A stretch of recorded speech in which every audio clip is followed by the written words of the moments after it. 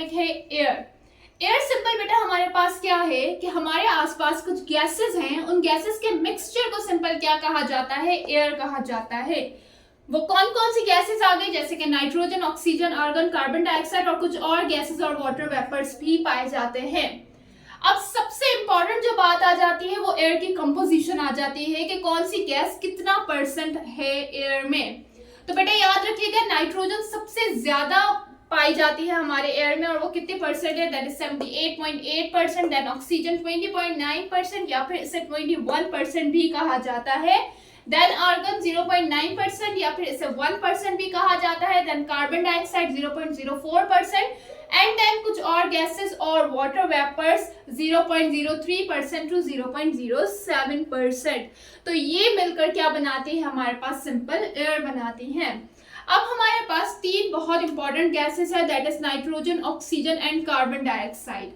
Oxygen को अगर देखा जाए तो ऑक्सीजन बेटा सबके लिए बहुत इंपॉर्टेंट है, चाहे वो जानवर हो, चाहे वो इंसान हो, चाहे वो पौधे हो, सबको ऑक्सीजन की जरूरत है। ऑक्सीजन को डिस्कवर किया था जोसेफ प्रेस्ली ने इन 1774 में। ऑक्सीजन किस वजह से इंपॉर्टेंट है, क्योंकि ये मेन रोल प्ले करती है रेस्पिरेशन में। रेस्पिरेशन सिंपल हमारे पास क्या है, रेस्पिरेशन एक ऐसा अमल है जिससे हमें एनर्जी मिलती है। इसमें होता क्या है कि भाई इसमें एक सिंपल कार्बोहाइड्रेट जैसे कि ग्लूकोज इस ऑक्सीजन की प्रेजेंस में टूटता है और एनर्जी रिलीज करता है, और जिसकी वजह से हम कोई भी फंक्शन परफॉर्म करते हैं।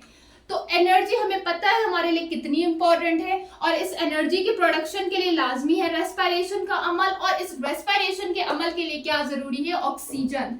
अब ये रेस्पिरेशन ना सिर्फ हम इंसानों या जानवरों में होती है बल्कि पौधों में भी होती है। दिन में पौधों में क्या होता है, फोटोसिंथेसिस का अमल होता है, और रात में जो है वो कौन सा अमल होता है, दैट इज रेस्पिरेशन। तो रात में जो है वो पौधे क्या इनहेल करते हैं, हमारी तरह ऑक्सीजन ही इनहेल करते हैं।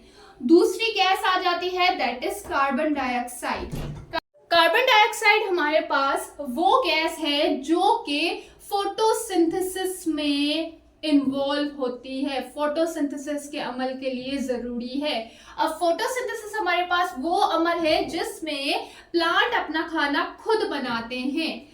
भाई होता क्या है कि प्लांट जो है वो कार्बन डाइऑक्साइड लेते हैं एयर में से, और in the presence of sunlight वो बना देते हैं अपना खाना, दैट इज ग्लूकोज, और साथ में ऑक्सीजन रिलीज होता है। तो इस अमल को क्या कहा जाता है, फोटोसिंथेसिस, और वो किसकी वजह से होता है, कार्बन डाइऑक्साइड की वजह से होता है। अगर कार्बन डाइऑक्साइड है तो फोटोसिंथेसिस का अमल होगा, अगर ये नहीं है तो फोटोसिंथेसिस का अमल नहीं होगा। उसके अलावा कार्बन डाइऑक्साइड जो है वो एक इंपॉर्टेंट ग्रीन हाउस गैस है। इंपॉर्टेंट क्या कि मतलब ये एक ग्रीन हाउस गैस है, ठीक है। अब ये ग्रीन हाउस क्या है हमारे पास, ये हम आगे देखेंगे।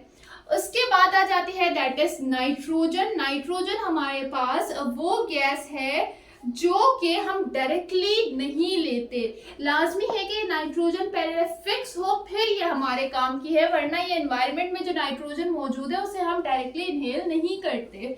नाइट्रोजन मेन कंस्टिट्यूट है प्लांट्स और एनिमल्स के प्रोटीन का, ठीक है। अब होता क्या है कि ये नाइट्रोजन फिक्स होती है और फिर सॉइल में से प्लांट इस नाइट्रोजन को लेते हैं, और फिर जब हम प्लांट्स को खाते हैं तो उसके बाद ये नाइट्रोजन हमारे पास आती है और फिर ये जो है वो प्रोटीन सिंथेसिस में इन्वॉल्व होती है। तो डायरेक्टली ये नाइट्रोजन हम नहीं लेते, ठीक हो गया। अब ये जो गैसेस हैं हमारे पास, ये लाजमी है कि जाहिर सी बात है अगर nitrogen, oxygen, carbon dioxide, oxygen को हम इनहेल कर रहे हैं, कार्बन डाइऑक्साइड को पौधे कर रहे हैं, नाइट्रोजन को भी हम कर रहे हैं, तो फिर लाजमी है कि हवा में से तो ये जो गैसेस है वो अनबैलेंस्ड हो जाएंगी। लेकिन वो क्या वजह है कि हवा में ये ऑक्सीजन, नाइट्रोजन हमेशा बैलेंस ही रहती है। तो वो किस वजह से बैलेंस रहती है, बिकॉज कि अगर ऑक्सीजन हम ले रहे हैं तो कार्बन डाइऑक्साइड हम एक्सहेल कर रहे हैं। अगर प्लांट्स कार्बन डाइऑक्साइड ले रहे हैं तो इन द रिजल्ट वो ऑक्सीजन जो है वो प्रोड्यूस कर रहे हैं। इसी तरह ही नाइट्रोजन भी किसी ना किसी तरह से वापसी एयर में ही आ जाता है। तो इस तरह से ये अमाउंट हमारा क्या होता है, बैलेंस होता है।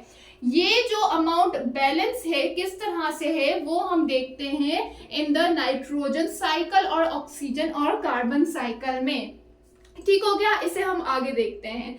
उसके अलावा यहाँ पर एक और बात इंपॉर्टेंट है कि ऑक्सीजन जो है वो कंबस्टन प्रोसेस में भी इन्वॉल्व है। कंबस्टन हमारे पास क्या है, ये एक ऐसा अमल है जिसमें ऑक्सीजन रिएक्ट करता है फ्यूल के साथ और इन द रिजल्ट जो है वो हीट या फिर एनर्जी या लाइट प्रोड्यूस होती है। ठीक है, इसमें एग्जांपल आ जाती है कैंडल की, उसके अलावा जलते हुए कैंडल की। ठीक है, उसके अलावा जो हमारे पास कार्बन डाइऑक्साइड है उसका लेवल अगर बढ़ जाता है एनवायरनमेंट में तो ग्लोबल वार्मिंग होती है। अब ये ग्लोबल वार्मिंग क्या है, इससे भी हम आगे देखेंगे। पहली टर्म ग्रीन हाउस, दूसरी टर्म ग्लोबल वार्मिंग। ठीक है, ये आपने दोनों टर्म्स ध्यान में रखनी है, इसे हम आगे देखेंगे। उसके अलावा बेटा हाँ, अब आ जाते हैं कि किस तरह से इनका जो है वो बैलेंस रहता है अमाउंट। सबसे पहले हम देख लेते हैं हमारे कार्बन ऑक्सीजन साइकिल को। कार्बन ऑक्सीजन साइकिल सिंपल हमारे पास क्या है, कार्बन ऑक्सीजन साइकिल। अब किस तरह से ये बैलेंस रहता है कि हमें पता है कि भाई कार्बन डाइऑक्साइड का अमल जो है वो किस में इंपॉर्टेंट होता है, कार्बन डाइऑक्साइड किस चीज में इन्वॉल्व होती है, दैट इज फोटोसिंथेसिस में। और ऑक्सीजन किस में इन्वॉल्व होती है, रेस्पायरेशन में। और उसके अलावा थर्ड आ जाता है डिकम्पोजिशन, उसके अलावा फॉसिल फ्यूल से। ये चार अमल हैं जिसके जरिए ये गैस, ये दोनों गैस इन्वायरमेंट में वापस आ जाते हैं। किस तरह से कि भाई फोटोसिंथेसिस में क्या होगा, कार्बन डाइऑक्साइड लिया और क्या रिलीज किया, ऑक्सीजन, तो हमारे पास ऑक्सीजन का लेवल फिर से सेम हो गया। रेस्पिरेशन में क्या होगा कि ऑक्सीजन लिया और कार्बन डाइऑक्साइड बाहर निकाला तो तब भी क्या हुआ, कार्बन डाइऑक्साइड का लेवल बैलेंस हो गया। डिकम्पोजिशन में क्या होता है कि ब्रेकडाउन होता है ऑर्गेनिक मैटर और फिर रिलीज होता है कार्बन डाइऑक्साइड, तो फिर भी क्या हुआ, कार्बन डाइऑक्साइड का लेवल बरकरार हो गया। इस तरह से भी। उसके अलावा फॉसिल फ्यूल्स का जलना, तो जब फॉसिल फ्यूल जलते हैं तो फिर तब भी क्या रिलीज होता है, कार्बन डाइऑक्साइड रिलीज होता है। तो इस तरह से भी कार्बन डाइऑक्साइड वापसी से हमारे एनवायरनमेंट में आ जाता है। तो इन चार प्रोसेसेस के जरिए कार्बन डाइऑक्साइड और ऑक्सीजन हमारे एनवायरनमेंट में बैलेंस रहता है। अब नाइट्रोजन साइकिल को देख लेते हैं कि उसके जरिए किस तरह से नाइट्रोजन हमारे एनवायरनमेंट में बैलेंस है। सबसे पहले भाई होगा क्या कि नाइट्रोजन को फिक्स होना है, नाइट्रोजन फिक्सेशन, ताकि जो है प्लांट इसे ले सके। नाइट्रोजन फिक्सेशन हमारे पास कुछ बैक्टीरियाज की मदद से होती है, जैसे कि कौन सा बैक्टीरिया हो गया, यहाँ पर ये बैक्टीरियाज बहुत इंपॉर्टेंट है, ये अक्सर टेस्ट में पूछे जाते हैं। नाइट्रोजन फिक्सेशन में कौन सा बैक्टीरिया इन्वॉल्व होता है, दैट इज राइजोबिया। ये कन्वर्ट कर देता है एटमॉस्फेरिक नाइट्रोजन को अमोनिया में। ठीक है, अमोनिया को किस तरह लिखते हैं, ऐसे लिखते हैं NH3। उसके बाद सेकंड स्टेप आ जाता है दैट इज नाइट्रिफिकेशन। नाइट्रिफिकेशन में क्या होता है कि भाई ये जो हमारी अमोनिया है वो कन्वर्ट हो जाता है नाइट्राइट में और फिर उसके बाद नाइट्रेट में। ठीक है, उसके बाद कौन सा प्रोसेस होता है, दैट इज एसिमिलेशन। और एसिमिलेशन में क्या होता है कि ये नाइट्रेट कन्वर्ट हो जाता है सिंपल कंपाउंड के अंदर, दैट इज अमाइनो एसिड, और फिर प्रोटीन बन जाता है। अब ये तो आ गया, ठीक है, प्लांट्स ने जो है वो इस नाइट्रोजन को जो है फिक्स करके ले लिया। अब किस तरह से नाइट्रोजन वापस आए एनवायरनमेंट में, तो यहाँ पर एक और अमल होता है जिसे कहते हैं डीनाइट्रिफिकेशन। उसमें होता क्या है कि उसमें ये जो नाइट्रोजन है, नाइट्रिफिकेशन, अब होता क्या है कि उसमें ये जो अमोनिया या फिर जो नाइट्रेट है वो वापसी से ब्रेक डाउन होते हैं और फिर एटमॉस्फेरिक नाइट्रोजन में कन्वर्ट हो जाते हैं। वापसी से ये नाइट्रोजन एटमॉस्फेयर में आ जाता है।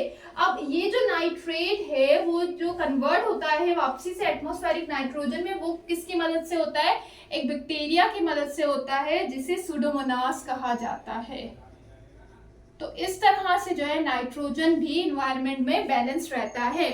उसके अलावा बेटा जो एक और टर्म है that is moving wind. Wind हमारे पास सिंपल क्या है कि मूविंग एयर को विंड कहा जाता है और इसका जो प्रेशर होता है वो बहुत ज़्यादा होता है। ये विंड मिल्स चलाने में भी काम आती हैं, जिसकी वजह से इलेक्ट्रिसिटी प्रोड्यूस होती है। उसके अलावा जो एयर है वो टायर वगैरह को फिल करने में भी यूज़ होती है। और कंप्रेस्ड एयर जैसे कि हमारे पास बहुत सी मशीन में यूज़ होती है, जैसे कि वो मशीन जो कि खोदने वगैरह में, डिगिंग में इन्वॉल्व होती हैं, उसमें भी ये यूज़ होती है कंप्रेस्ड एयर। उसके अलावा डेंटिस्ट भी इसका यूज़ करते हैं, ठीक है, अपने प्रोसीजर्स वगैरह में। अच्छा, यहाँ पर एक और इम्पॉर्टेंट बात मिस हो रही है, दैट इज कि नाइट्रोजन को इनएक्टिव गैस कहा जाता था as compare to the oxygen, और पहले इसे एजोट कहा जाता था। एजोट की मीनिंग क्या है? Without life. ठीक है, तो ये भी बात आपने याद रखनी है अगर क्वेश्चन आ जाए कि नाइट्रोजन को पहले क्या कहा जाता था, दैट इज एजोट। तो बस ये था हमारे एयर के बारे में। यहाँ पर ये लेक्चर होता है खत्म। आई होप ये लेक्चर आप लोग के लिए बेनिफिशियल रहा होगा। फिर भी कोई भी क्वेश्चन आप पूछ सकते हैं। थैंक यू, खुदा हाफिज।